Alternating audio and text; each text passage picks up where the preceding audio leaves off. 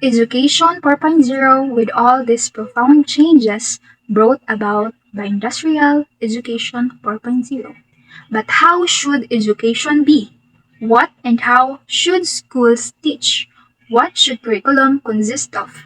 What should curriculum focus on? The answer to these questions are actually what Education 4.0 means.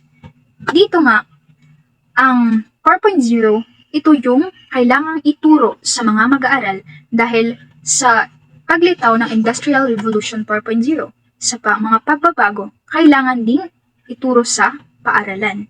Ibig sabihin, ang Education 4.0 ay ang tugon ng education system sa Industrial Revolution 4.0. Dahil nagbago ng mundo, kailangan ding magbago ang mga paraan ng pagtuturo. Ibig sabihin, hindi na sapat ang traditional teaching.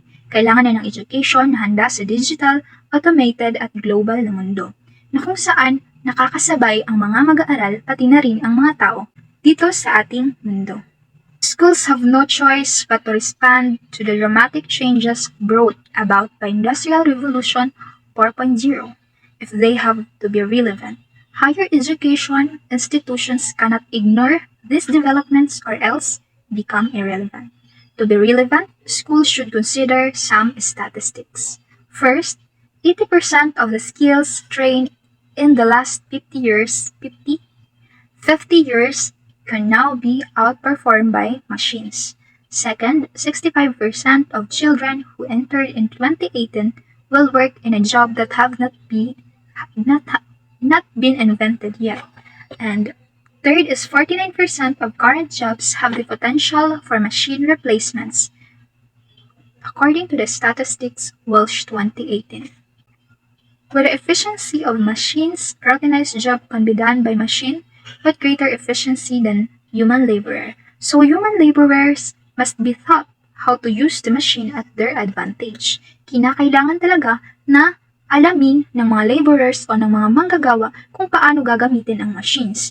Dahil nga, pwede silang mawala ng trabaho sa pag-usbong ng mga machines. Pero ang tao ay iba pa rin ang pag-iisip kumpara sa machines. Ang machines, ang tao pa rin ang magpapasya o ang magkokontrol nito. But machines lack important human characteristics such as creativity, flexibility, compassion, at empathy. Ito na nga yung sinasabi ko. Kailangan pa rin ng tao. Kasi yung machines, wala itong creativity, flexibility, compassion, and empathy. Kung may mga problems na mai-encounter sa paggawa ng production o produkto, ay hindi ito kayang solusyonan ng machines. Kinakailangan ito ng tao para siya mismo yung gumawa ng solusyon. Kasi kung anong sinasabi mo sa machine o kung ano lang yung nakapaloob doon sa machines, yun lamang yung gagawin niya. Kasi hindi naman marunong mag-isip ang machine kumpara sa tao. School curricula then should focus on the development of these initially human characteristics of creativity, flexibility, compassion, and empathy. Actually, creativity and flexibility, compassion, and empathy form part of the 10 skills demanded by Industrial Education 4.0 enumerated by the World Economic Forum report as follows.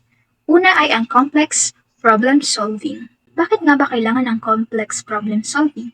Dahil ang machines ay magaling lang sumunod sa instructions, pero hindi sila marunong mag-solve ng complex, unpredictable problems na may maraming factors.